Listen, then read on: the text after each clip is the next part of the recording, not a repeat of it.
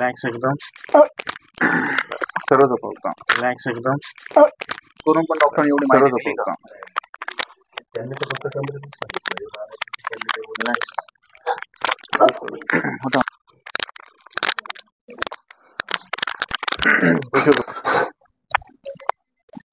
कोण आहे तुमच्या?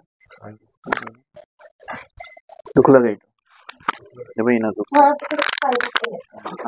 हा पुढे हे बाई ना दुखतंय.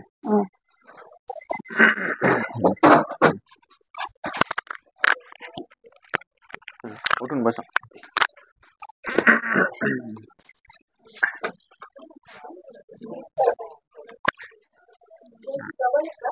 नाही सिंगल.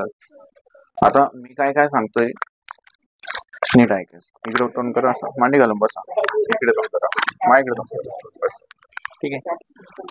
आता यांच्या मणक्यामध्ये दोन ठिकाणी प्रॉब्लेम आहे. इथे मानेमध्ये C4-5 C5-6, कमरामध्ये L4-5 L5-6. Okay. म्हणून तुमची वन साइड पूर्ण पेन करते. आता मला हिस्ट्री सांगा, किती दिवसापासून त्रास होत होता, काय काय त्रास होता? ओके. काय काय त्रास व्हायचा? मला फक्त कमर दुखायचं जास्त. हा गुडघा हा गुडघा. मग गुडघ्याला मस्त केलं औषध. गुडघा थोडा कमी झाला, चाला येत नव्हतं, नंतर कमी झालं. हा पण अजून दुखतोच आहे ना? थोडं आता कंबर पण दुखतोय, पाय पण दुखतो. ओके. पण ऑपरेशन सांगितलं तर का नाही सांगितलं? ओके. तिकडे मुंबई नाशिकला. ठीक आहे. आता तरी त्रास होतोच आहे अजून, भरपूर गोळ्या औषध. आता मी काय सांगतोय ते नीट ऐका.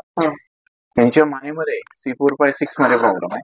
आता इथे ह्या ठिकाणी तुमचा एक हात हलतो ना, असं कंटिन्यू कंपवत होतो. आता याची ताकद भरपूर कमी झाली. मानेमध्ये दोन ठिकाणी प्रॉब्लेम आहे. वरची खाली सरकली, गादी बरीच बाहेर आली. तिथून ब्लड सर्क्युलेशन यांच्या ब्रेनला, छातीला, पाठीला, शोल्डरला आणि हाताला होती. इथे दाबलं तर दुखल बघा, ते तिकडे दाबलं तर दुखत नाही. म्हणून ब्लड सर्क्युलेशन त्या हाताला, छातीला, पाठीला न झाल्यामुळे डावी छाती दुखणार, आडवं डोकं दुखणार, या हाताला मग येणार कळ लागणार, हाताला कळ लागणार, झटका मारूशी वाटणार. त्याला म्हणतात सर्वायकल स्पॉन्डिलोसिस. हा प्रकार होतो. त्या कुशीवर जास्त झोपणं, 2-2 उशा घेणं, मानेला झटका देणं, डोक्या वजन, खांद्या वजन कधी कधी घेणं, उठताना बसताना तोच हात खाली टेकवणं, त्याच कुशीवर जास्त झोपणं, हे त्याच कुशीवर जास्त झोपणं. हो की नाही?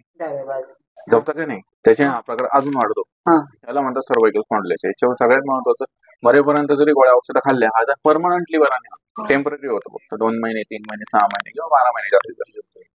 हा गोळी फक्त आजचं दुखणं पुढे ढकलणे, उद्या ढकलण्यासाठी. परमनंटली पेन किलर हे पुढं बरं करत नाही. दुसरं, तसंच कमरामध्ये L4-5 L5-6 मध्ये गॅप आहे. तिथे पण वरची खाली सरकली गादी असते, ती बरीच बाहेर आहे. तिथून ब्लड सर्क्युलेशन कमरापासून पायाला, गुडघ्याला, तळ पायापर्यंत होत नाही. म्हणून शरीराचं एक देवाने एक आपल्याला वरदान दिलंय. दिवसभरात हजारो सेल डेट होतं, रात्रीतून तर रिजेनेरेट होतं. पण ज्या ज्या पार्टला तुम्हाला इंजुरी होणार आहे, त्या पार्टला ब्लड सर्क्युलेशन पाहिजे त्या प्रमाणात न झाल्यामुळे एवढी झीज रात्रीतून भरायला पाहिजे, किती नस जर ब्लॉक असेल, त्याला ब्लड सर्क्युलेशन होत नसेल तर झीज भरत नाही. म्हणून डॉक्टर म्हणतील कॅल्शियम कमी झालं, ऑइल कमी झालं, गादी घसली, बरं XYZ. पण त्याच्यावरती जरी किती मेडिसिन घेतल्या, पण ती नस जर ऍक्टिव्हेट नसेल, तुम्हाला फरक पडू शकत नाही, पडत नाही. आता हेच तुमचं गुडघ्याला जो प्रॉब्लेम होता, ते सायटिका नस बंद आहे, तिथून ब्लड सर्क्युलेशन त्याला प्रॉपर होत नाही. म्हणून 100% आजपर्यंत गुडघ्याला फरक नाही पडला. हो की नाही? आणि पडू पण शकत नाही. तुम्ही किती इलाज करा गुडघ्यावर, 100% फरक. तेच सांगतोय मी तुम्हाला. आता जेव्हा ती नस प्रॉपर चालू होईल, गुडघ्याला ब्लड सर्क्युलेशन होईल, तेव्हा गुडघ्याची झीज बदल. नाही तर मी जर गुडघ्यावर ट्रीटमेंट करत बसलो, फरक पडणार नाही. आता याला 10 दिवसाची एक प्रोसेस असेल, सांगेल मी, त्या पद्धतीने करायची. याला काही नियम पत्ते असतात. हा जर माझ्याकडे 80% रिकवर होणार आणि 20% हा मरेपर्यंत राहणार. पण 20% हा त्रास देत नाही. फक्त तुमच्या डोक्यात टाकलं जातं की 20% त्रास राहील, पण त्या 20% साठी जर तुम्हाला सांगितलं नाही राहील, पण तुम्ही सगळे नियम तोडणार. आता नियम आहे, मानेचे नियम वेगळे, कमराचे नियम वेगळे, गुडघ्याचे वेगळे. मानेसाठी उशा 2 घेणं, मान मोडणं, डोक्या वजन घेणं, त्या खांद्यावर झोपणं थोडे दिवस बंद. हाताला झटका द्यायचा आणि मानेला झटका द्यायचा. त्या हाताने वजन उचलायचं 15 किलोच्या पुढे, ते डोक्या वजन घ्यायचं. दुसरं, फालतू झोपायचं नाही. कमरासाठी फालतू झोपायचं नाही. 15 ते 20 किलोच्या पुढे वापरून वजन उचलायचं नाही. पुढचे 3 महिने कमराचा बेल्ट लावायचा. कमराला झटका बसला असं काही करायचं.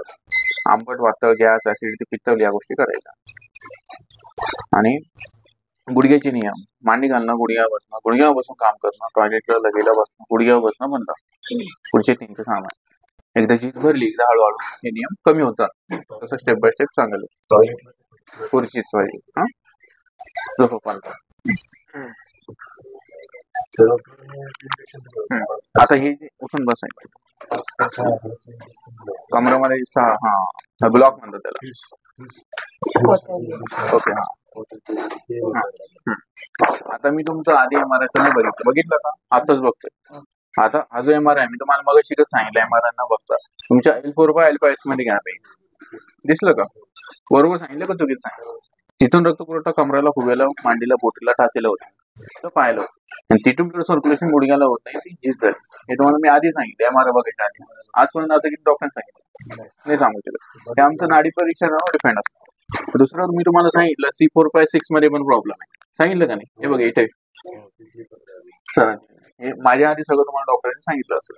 तिथून ब्लड सर्क्युलेशन ब्रेन, छाती, पाठ, शोल्डर हाताला होत नाही. आता जेव्हा या दोन्ही नसा चालू होतील, डिस्क सेट होईल, कार्टिलेज लेवल होईल, तेव्हा एक्सप्लेन हे जर तुम्ही माझ्याकडे आली असते ह्या खर्चामध्ये तुम्हाला घरी बरं करून घरी पाठवलं.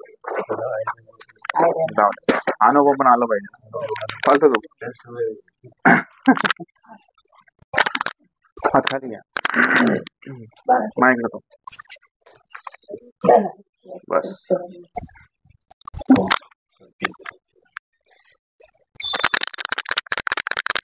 Body loose, body loose, body loose.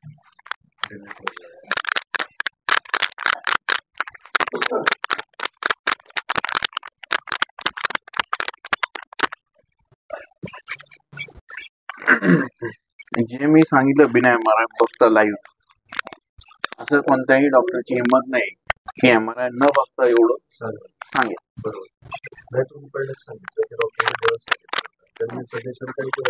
पण हे सगळं त्यांनी MRI बघितल्यानंतर सांगितलं. ऑपरेशनची गरज नाही. मी सांगतो त्या ट्रीटमेंट करायची. मी सांगितलेल्या नियमात राहायचं. पुढचे मरेपर्यंत याला त्रास होणार नाही याची माझी गॅरंटी. पण तुम्ही ट्रीटमेंट घेतली माझी, नियम नाही पाळले, पुढच्या 15 दिवसानंतर परत त्रास होईल याची पण गॅरंटी माझी. नियम आणि पथ्य महत्वाचे. नियम नाही पाळले मी सांगतो परत पडणार सगळं सांगा.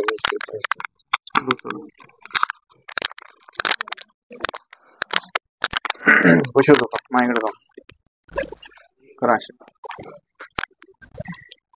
आम्ही हात लावलो तुमचं MRI ला करा अशी आहे करा.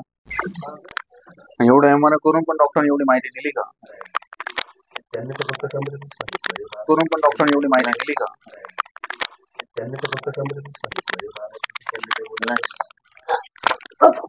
होता पायकडे डोकं इकडे डोकं करा. मी तर तुम्हाला गुडघ्याचं सांगितलं, कमराचं सांगितलं, मानेचं सांगितलं, हाताचं सांगितलं. तिकडे असते जेवढे पैसे जाणार तेवढंच बोलणार. खरे खोटे खालचं पैसे अशी आहे करा. रिलॅक्स एकदम सर्व झोपवता.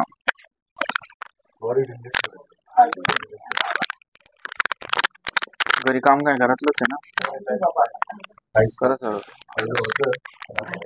दिला थोडा आजी एकदम लूज सोडा गुडघा.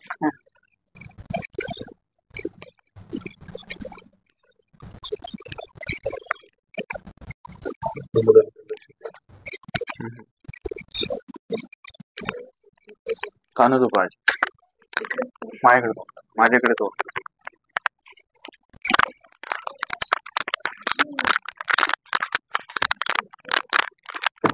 मॅडम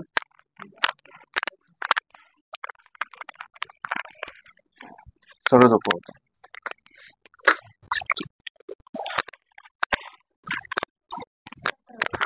बस खाली घाबरू नका. हात पुढे घ्या. घाबरू नका. आला का आवाज? यांचं डावी साईड पूर्ण हात गुडघा कमरापासून तोच पाय मानेपासून हात 15 गुडघा फोल्ड करा पाहिजे.